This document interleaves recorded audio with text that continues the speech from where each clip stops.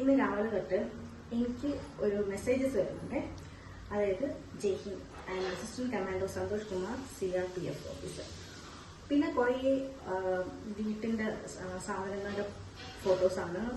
അടിപൊളി sofa settee, പിന്നെ mixie, grinder, bicycle, പിന്നെ എന്താ TV, ഒന്നും വേണ്ട, എല്ലാം ഉണ്ട് കേട്ടോ.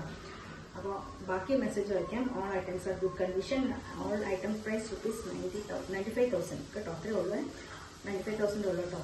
Free home delivery, CRPF track. അപ്പോൾ നമുക്ക് ഭയങ്കര സേഫാണ്. ഓൾ ഐറ്റംസ് 4 months old കേട്ടോ. റീസെന്റ് ഡ്യൂട്ടി എന്തുകൊണ്ടാണ് എനിക്ക് തരുന്നതെന്ന് വെച്ചാൽ ആ ഓഫീസിൽ ട്രാൻസ്ഫർ ആയിട്ട് പോവാനേ. പിന്നെ ഇങ്ങനെ ഗിവ് മീ റെസ്പോൺസിബിലിറ്റി അയച്ചുകൊണ്ടേ ഇരിക്കുക. ഇതേ സെയിം സംഭവം കുറേ മാസം മുമ്പ് എനിക്ക് ചെറിയൊരു പണി കിട്ടിയിട്ടുണ്ടായിരുന്നു. അത് പക്ഷെ ഇങ്ങനല്ലാതെ തിരിച്ചായിരുന്നു. എൻ്റെ ഒരു ഫ്ലാറ്റ് ഞാൻ വാടകയ്ക്ക് കൊടുക്കാനായിട്ട്, എൻ്റെ ഒരു ഫ്ലാറ്റ് എന്ന് വെച്ചാൽ ഞാൻ താമസിച്ചിരുന്ന 1 bedroom ഫ്ലാറ്റ്, ഞാൻ 2 bedroom തൊട്ട് മാറിയപ്പോൾ 1 bedroom ഫ്ലാറ്റ് OLX ഇട്ടു. അന്ന് ഇതിന്റെ വേറൊരു വേർഷനായിട്ട് വന്നിട്ട് കുറച്ച് പൈസ എൻ്റെ ഓൺലൈൻ വഴി തട്ടിപ്പ് പറ്റി. അപ്പം അതുകൊണ്ട് തന്നെ ഇതിങ്ങനെ വന്നപ്പോൾ ഞാൻ കെയർഫുൾ ആയിരുന്നു. അപ്പോൾ ഇത് എങ്ങനെ വന്നതെന്ന് വെച്ചാൽ പറയാം. സുരേഷ് കുമാർ എന്ന് പറഞ്ഞിട്ട് ഒരു ID, സുരേഷ് കുമാർ എന്ന് പറഞ്ഞിട്ടൊരു ID. പുള്ളിയെ പിന്നെ ഇതിൻ്റെ ആലപ്പുഴയിലാണ്, നങ്ങിയാർകുളങ്ങര. അദ്ദേഹത്തിന്റെ ഒരു പോലീസാണ് കേട്ടോ. കത്തിച്ചു കളഞ്ഞ ബൈക്കിന് പകരമായി അലിക്ക് സഹപ്രവർത്തക സമ്മാനം എന്ന് പറഞ്ഞിട്ടൊരു മലയാളം ന്യൂസ് ഒക്കെ ഇട്ടിട്ടുണ്ട് പുള്ളിയുടെ, അദ്ദേഹത്തിൻ്റെതായിട്ടുള്ളത്. അപ്പം ഈ പ്രൊഫൈലിൽ നിന്നാണ് എനിക്ക് ഇതിനകത്തിലോട്ടുള്ള കാര്യങ്ങൾ വന്നത്. അപ്പം അതിനകത്തിൽ പറഞ്ഞിരിക്കുന്നത് ഇദ്ദേഹത്തിന്റെ ഒരു സബോർഡിനേറ്റ് എന്നെ വിളിക്കും. അപ്പം അദ്ദേഹത്തിന്റെ കാര്യങ്ങൾ വളരെ ട്രാൻസ്ഫർ ആയി പോകുന്നുണ്ട്, വളരെ ചീപ്പ് റേറ്റിന് കൊടുക്കും. അപ്പോൾ പുള്ളി എന്നെ അറിയില്ല, പക്ഷെ ഓൺലൈൻ വഴി കണ്ടിട്ട് ആണ്.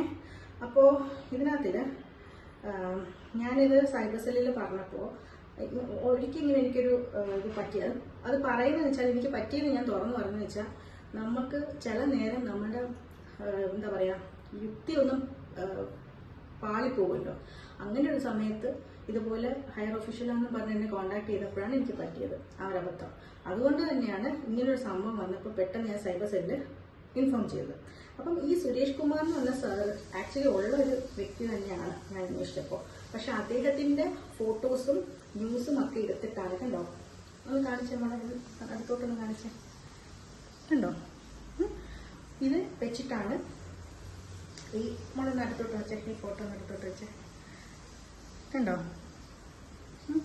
ഇത് വെച്ചിട്ടാണ് ഇട്ടിരിക്കുന്നത്. അപ്പൊ സാറിന് ആലപ്പുഴയിൽ ചാർജ് എടുത്ത ജില്ലാ പോലീസ് മേധാവി P. അശോക് കുമാറിനെ സ്ഥലം മാറി പോകുന്ന പോലീസ് മേധാവി V. സുരേഷ് കുമാർ സ്വീകരിക്കുന്നു. ഇങ്ങനെയൊക്കെ ഇട്ടിട്ടുണ്ട് കേട്ടോ, ഇതൊക്കെ ഇട്ടിട്ടുണ്ട്. അപ്പം ഇങ്ങനെ വന്നപ്പോൾ ഞാനെന്ത് ആലോചിച്ചു, ഈ ഒരു പണി കിട്ടിയിട്ടുള്ളതുകൊണ്ട് ഞാനൊന്ന് ആലോചിച്ച് ആൾക്ക് ഈ വന്ന ഐഡിയിൽ ഞാൻ റെസ്പോണ്ട് ചെയ്തത്. അപ്പൊ എന്റെ മറുപടി കാത്തിരിക്കുക. ഇത് ഇപ്പൊ എനിക്ക് പറ്റിയ കാര്യം ഞാൻ തുറന്നു പറയുക. കുറച്ച് മാസങ്ങൾക്ക് മുമ്പ് ഇതുപോലെ ആർക്കെങ്കിലും ഒക്കെ പറ്റുന്നുണ്ടാവും. ഈ ഇപ്പം നമ്മുടെ ഫേക്ക് ഐഡി ഉപയോഗിച്ച് കാശ് ചോദിക്കത്തില്ലേ, അതേപോലെ തന്നെ ഒരു സംഭവമാണിത്. പിന്നെ ആരും ഡിസ്കസ് ചെയ്യാത്തൊരു കാര്യം കൂടെ ഞാൻ പറയാം. കുട്ടികൾ ഉണ്ടാവാത്ത ചില ഹയർ ഒഫീഷ്യലായിട്ടിരിക്കുന്നവരെ തന്നെ ഇതുപോലത്തെ വേറെ തരം ട്രാപ്പിൽ അകപ്പെട്ടത് എനിക്കറിയാം. അന്നും ഞാൻ പോലീസ് മേധാവികളോട് പറഞ്ഞിട്ടുണ്ട്. പക്ഷെ അതൊന്നും എങ്ങനെ ആയെന്നൊന്നും എനിക്കറിയില്ല, ഞാനത് ഫോളോ അപ്പ് ചെയ്തില്ല. കാരണം ഒറ്റയ്ക്ക് നടന്ന് ഇങ്ങനെ നമ്മൾ ചില കാര്യത്തിൽ ഇടപെടുമ്പോൾ എനിക്ക് നേരിട്ട കുറേ പ്രശ്നങ്ങൾ അനുഭവങ്ങളുള്ളതുകൊണ്ട് ഞാൻ അതിനൊന്നും പിന്നെ ഫോളോ അപ്പ് ചെയ്തിട്ടില്ല. അപ്പൊ അത് ആരും ഡിസ്കസ് ചെയ്ത് ഞാൻ കണ്ടിട്ടില്ല. പക്ഷെ അങ്ങനെ ഒരു സംഭവം ഉണ്ട്. അതൊക്കെ എന്ന് വെച്ചാൽ അതിനകത്തിൽ അവര് ഉദാഹരണം പറയുന്നതും വലിയ വലിയ ആളുകളുടെ കാര്യമാണ്. ഇതിൽ പെട്ടുപോകുന്ന ആളുകളും ഒരുപാട് ബുദ്ധിയും പദവിയും ഒക്കെ ഉള്ള ആളുകളാണ്. അപ്പം എനിക്ക് ഒരിക്കൽ ചെറിയൊരു അബദ്ധത്തിൽ പറ്റിയതാണ്.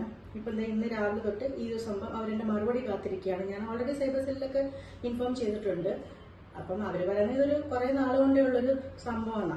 അപ്പൊ ആർക്കെങ്കിലും വരുവാണെങ്കിൽ ഒന്ന് സൂക്ഷിക്കണേ. ജസ്റ്റ് ഒന്ന് പറഞ്ഞതേ ഉള്ളൂ.